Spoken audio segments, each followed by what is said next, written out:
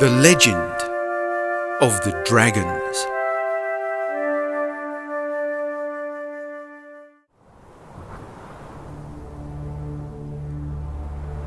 It is said that while the sun sheltered behind the moon, a bright star fell from the heavens. On striking the earth, the star split into two halves. One half was thrown to the west, while the other half to the east. When the two halves of this star came to rest, from deep within their hollow centres, a dragon emerged. The dragon of the west was as blue as the brightest morning sky, with eyes like burning golden embers. The dragon of the east was as green as the deepest emerald, with eyes like silver mercury. Neither dragon had memory of its origin from that fallen star, nor awareness of each other's existence, but they did find themselves toiling with a strong and burning need. But a need of what? That, sadly, they did not know, and this need would remain shrouded in mystery for many moons to come, as they explored tirelessly across their lands, searching for an answer to this ageless longing within. As the years passed, the dragons came to be known by all who shared the land with them. The blue dragon of the west was honourable, and the people would lay gifts at his feet. The green dragon of the east was benevolent, and the people would sing songs of her glory. One day, while the blue dragon of the west rested peacefully beneath the shady branches of an oak tree, he was approached by a large army. This band of heavily armed men pleaded for the dragon's support, so that they may finally rid themselves of their infernal enemies in the east. The blue dragon of the west had never really shown interest in human affairs, yet he found himself pondering a thought, for he had never travelled to the east, and the thought of vast new lands to explore saw him rise to his feet and vow with a conviction to assist this army in their conflict. Little did he know, his choice would soon bring about an event so magnificent that the gods themselves would stand watching in awe.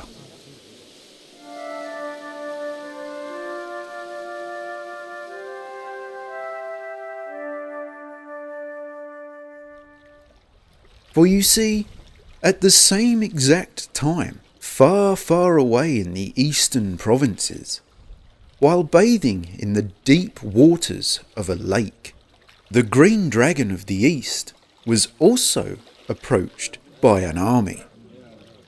Much like the others, this armed force requested the green dragon's help to rid themselves of their accursed enemies, threatening their safety from the west.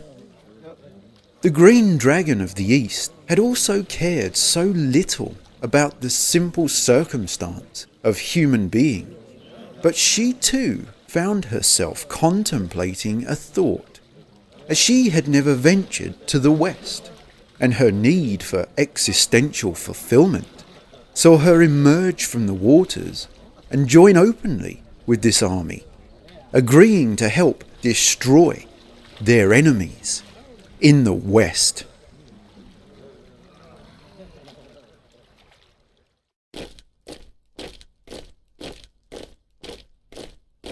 After countless days of marching, the two armies finally met at the Great Plains, set beneath the shadow of the Black Mountains.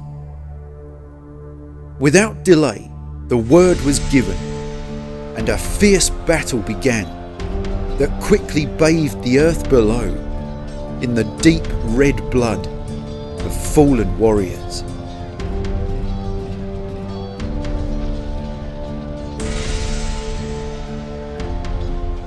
As the casualties mounted on both sides, with neither army gaining ground, the Blue Dragon of the West was called upon to engage the battle. His fire scorched the land, and his jagged teeth tore his enemies in two as he thundered across the battlefield. No sword could cut him, no arrow could pierce him. He was like an unstoppable wave, washing across the battlefield without care or mercy.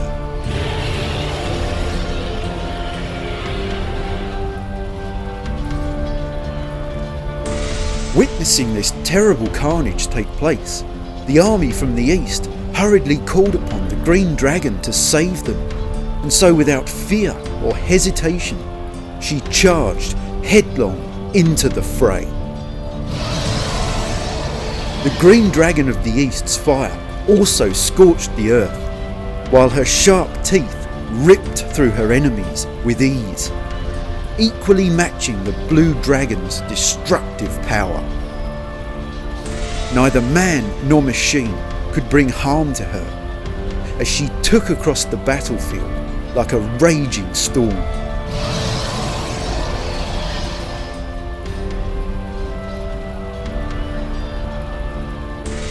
Eventually, the two dragons had advanced so far across the field that the inevitable occurred.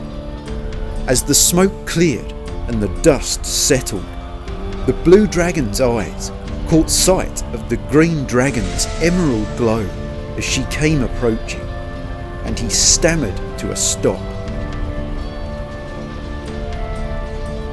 As the soldiers parted before her and the fire dulled, the Green Dragon's eyes suddenly caught sight of the Blue Dragon's deep blue chroma, and she too slowed to a halt.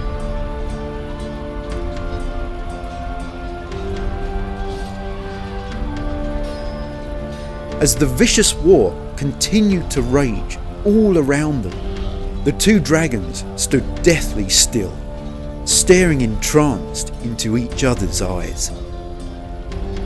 Gold and silver in perfect partnership, neither creature making a single sound or a movement.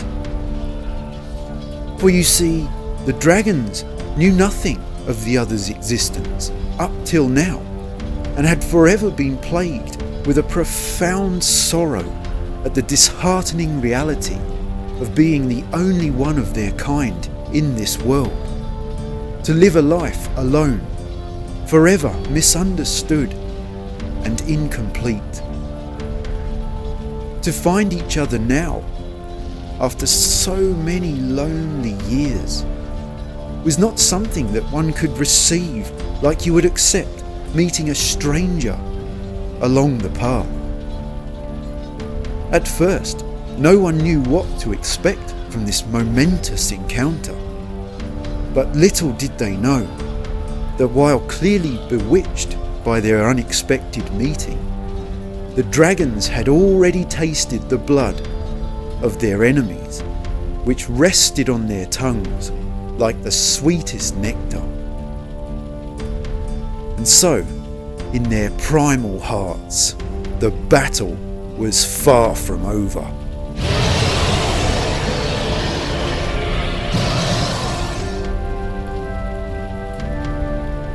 Ignoring the soldiers completely, the two dragons charged at each other, colliding with such ferocity that the solid ground beneath their feet trembled like paper in the wind, and aptly sounded the start of a mighty battle that would last for many days and many nights, with neither dragon gaining victory over the other.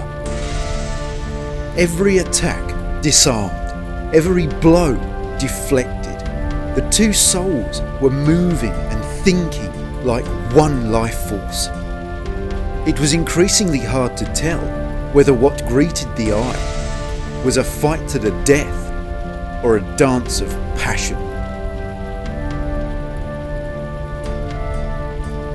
As the days grew old, the dragons became weary. Their muscles ached and their hearts laboured. They fell to the floor exhausted, staring deep into each other's eyes. The blue dragon of the west was surprised, as never before had another been able to know him so intimately. The green dragon of the east was as equally amazed, as never before had another been able to match her so skillfully in battle. Gradually, as their energy recovered, the two dragons rose proudly to their feet, their gaze still transfixed solely upon each other and nothing else. There was no sound, not even the song of a single bird or the rustle of the leaves, only the haunting wind drifting across the plains. They looked around to find themselves the only ones left alive on the battlefield. The bodies of 1,000 soldiers and warriors lay rotting on the ground as the hungry buzzards pecked at their lifeless corpses. Within that moment, a shared epiphany struck upon them both, that they had finally found that which they had yearned for so very long. Two halves rejoining as one.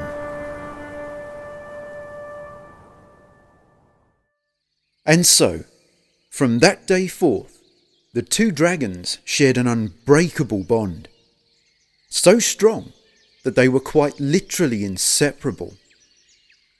Everyone knew that if one dragon was seen, then the other was not far behind. The blue dragon of the west and the green dragon of the east became simply known as the dragons.